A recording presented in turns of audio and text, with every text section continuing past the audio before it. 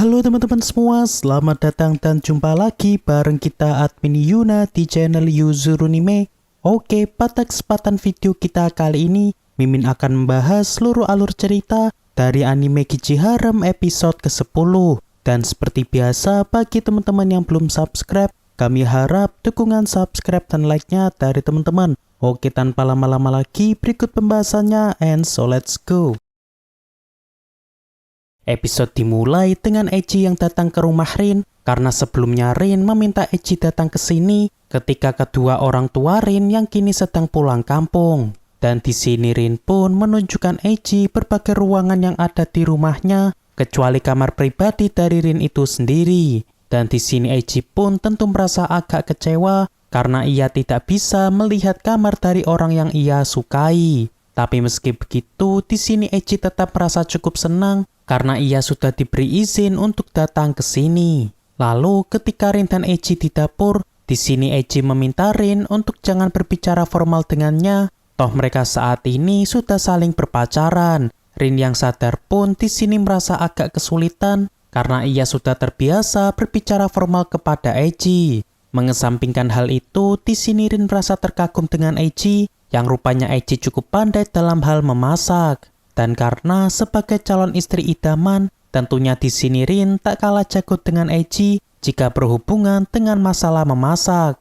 Lalu ketika Rin mencicipi bumbu yang ia buat, di sini Eiji merasa cukup penasaran dengan rasa masakan yang dibuat Rin. Seketika itu Rin pun masuk ke mode gadis jahil, sembari menawarkan Eiji untuk mencicipi sisa masakan yang ada di tangannya. Seketika itu di sini Eiji pun dibuat heboh karena ia berpikir apakah rasa dari gadis jahil akan merubah rasa makanan dari Rin. Spontan di sini Rin pun merasa agak kesal karena sikap Eiji yang agak berlebihan. Malam pun tiba karena di sekitar sini akan ada peluncuran kembang api. Di sini Rin pun mencoba menawarkan Eiji apakah Eiji ingin datang ke tempat festival kembang api. Namun rupanya di sini Eiji menolaknya karena ia masih ingin untuk berlama-lama di rumahnya Rin. Lantas di sini Rin pun mencoba menggoda Eiji dengan masuk ke mode gadis kecil. Apakah Eiji tidak ingin melihat dirinya yang mengenakan yukata? Eiji yang tahu pun hampir saja berubah pikiran untuk pergi ke tempat festival peluncuran kembang api. Lantas karena Rin ingin menunjukkan kembang api kepada Eiji, saat ini Rin pun mengajak Eiji menuju ke kamarnya karena kembang api itu bisa terlihat dari jendela kamarnya Rin. Eiji yang tahu pun di sini merasa agak gugup karena ia akan diajak masuk ke kamarnya Rin. Namun ketika mereka masuk ke dalam, di sini Eiji merasa agak kecewa karena Rin tidak mau menyalakan lampu kamarnya dengan alasan agar mereka berdua bisa melihat kembang api dengan jelas. Mengesampingkan hal itu, di sini Eiji sempat kepikiran yang aneh-aneh, apalagi saat ini Rin malah mengajak Eiji untuk duduk di tempat tidurnya Rin. Dan di saat Rin dan Eiji tengah menikmati momen berduaan mereka, tiba-tiba mereka dikejutkan dengan HP dari Rin yang berdering, yang awalnya mereka kira orang tua dari Rin kini telah tiba di rumah. Dan di tengah kepanikan tersebut, ternyata Rin hanya mendapatkan pesan dari Megu yang ingin mengantarkan makanan ke rumahnya Rin. Lantas Eiji meminta Rin untuk menemui Megu terlebih dulu di luar, agar nanti mereka bisa menikmati momen peluncuran kembang api bersama-sama. Namun tak disangka karena sepertinya Rin sudah tidak tahan lagi, tiba-tiba di sini Rin pun mendekat ke arah Eiji dan langsung memberikan kisu pertamanya kepada Eiji. Seketika itu Eiji pun malah jadi gagal fokus setelah dirinya yang berkisu dengan Rin. Dan karena Rin di sini juga merasa malu-malu, sehingga ia pun pergi keluar untuk bertemu dengan Megu yang akan memberinya makanan. Hari esok pun tiba. Saat ini Eiji tengah mengantarkan makanan kepada Iwata dan Nakayama karena kini Eiji sedang bekerja sebagai GrabFood. Dan berhubung Eiji kini sedang berada di sini, saat ini Iwata pun mencoba mengajak Eiji untuk mampir ke rumahnya terlebih dulu. Dan di sini awalnya Eiji mencoba menolaknya sebab untuk saat ini dirinya harus giat dalam mencari uang. Namun karena Iwata di sini tetap memaksa, sehingga kini Eiji pun mau untuk mampir ke rumahnya Iwata. Lalu ketika mereka bertiga sedang berbincang, di sini Iwata memiliki sebuah rencana untuk pergi berkemah bersama-sama. Eiji yang tahu pun di sini merasa agak keberatan karena pergi berkemping pasti membutuhkan uang yang banyak. Lantas Iwata pun bertanya-tanya mengapa Eiji mencari uang jika tidak digunakan untuk bersenang-senang. Dan di sini Eiji pun menjawab dengan agak malu-malu bahwa alasan dirinya yang ingin bekerja karena ia ingin bisa membelikan hadiah ulang tahun untuk Rin. Iwata yang tahu pun di sini merasa agak kesal karena merasa kawannya malah ngebucin di hadapannya. Dan pada akhirnya Iwata pun tak jadi berkemah karena suasana hatinya sedang buruk ketika melihat Eiji yang sedang ngebucin.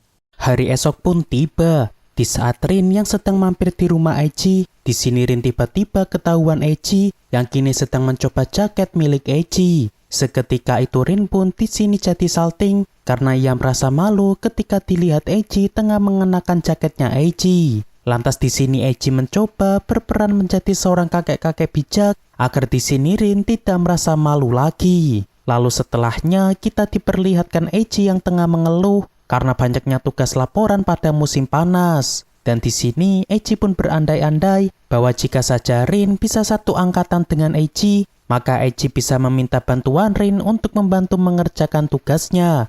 Lalu di sini Eiji mencoba bertanya kepada Rin tentang pentas drama yang akan Rin mainkan sebentar lagi. Dan ketika Rin menunjukkan skrip perannya kepada Eiji, rupanya di sana juga tertulis beberapa kesukaan dari berbagai mode gadis dari Rin seperti gadis tsundere yang suka terhadap kelinci. Lalu keesokan harinya ketika Eiji pergi membeli hadiah untuk Rin, di sini Eiji merasa kebingungan untuk memilihkan hadiah karena banyaknya kesukaan dari Rin ketika Rin masuk ke mode gadis lain. Namun seketika itu di sini Eiji pun sadar bahwa ia harus fokus kepada hal yang disukai Rin dan bukanlah kesukaan ketika Rin masuk ke mode gadis lain. Tapi ya sebenarnya sama saja karena baik kesukaan dari mode gadis apapun tentunya merupakan kesukaan dari Rin juga. Beberapa hari pun berlalu. Di saat Rin yang pulang bersama Megu dan Kiri, di sini Megu merasa bahwa Rin terlihat berbeda setelah melewati liburan beberapa hari yang lalu. Yang mana sepertinya karena tempo lalu Rin sempat berkisut dengan Eiji lagi, sehingga membuat mood dari Rin pun kini jadi meningkat. Dan karena tentunya Rin tidak memberitahu siapapun tentang ia yang berkisut dengan Eiji, sehingga di sini Kiri pun mencoba bertanya kepada Rin mengapa aura dari Rin saat ini terasa sangat bagus. Namun karena Rin tidak mau memberitahu rahasianya kepada Kiri, seketika itu Rin pun di sini menolak menjawab pertanyaan dari Kiri dengan ia yang masuk ke mode onesan yang jahil. Hari esok pun tiba. Hari ini akan diadakan lomba antar klub dengan para anggotanya yang harus mengenakan kostum berbeda dari gender masing-masing. Seperti halnya Rin yang memilih mengenakan kostum pangeran karena gender dari Rin adalah wanita. Dan di sini Rin makin terlihat keren dengan pakaian kostum pangeran tersebut. Apalagi di sini Rin bisa berakting sebagai cowok remaja sehingga membuat Rin pun makin terlihat cocok dengan perannya. Lalu untuk Kiri, di sini ia memilih menjadi cowok lemah dengan mengenakan kostum yang lebih sederhana. Megu yang melihat Kiri di sini pun merasa bahwa Kiri saat ini terlihat seperti adik laki-lakinya. Lalu selang beberapa saat, kini lomba hari pertama pun dimulai dengan lomba lari estafet. Dan di sini lomba pun terlihat cukup lancar dengan para peserta yang bisa menjalankan tugas mereka masing-masing. Namun saat giliran Rin yang sedang berlari, di sini tiba-tiba Rin sempat terjatuh karena sepatu yang ia kenakan agak kebesaran. Dan karena Rin di sini tidak mau kalah, seketika itu Rin pun di sini melepas sepatunya agar ia bisa berlari dengan baik.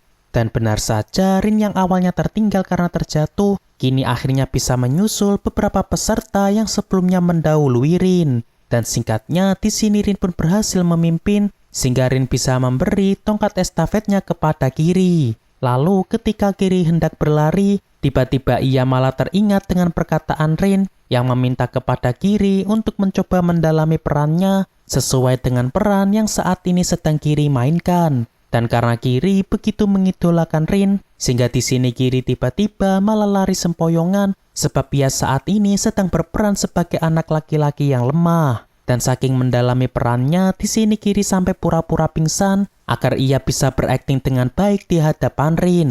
Rin yang melihat Kiri pingsan pun lantas menghampiri Kiri karena Rin di sini merasa sangatlah cemas. Namun setelah tahu bahwa Kiri hanya berakting, seketika itu Rin pun di sini merasa cukup kecewa karena Kiri malah berakting di waktu yang tidak tepat.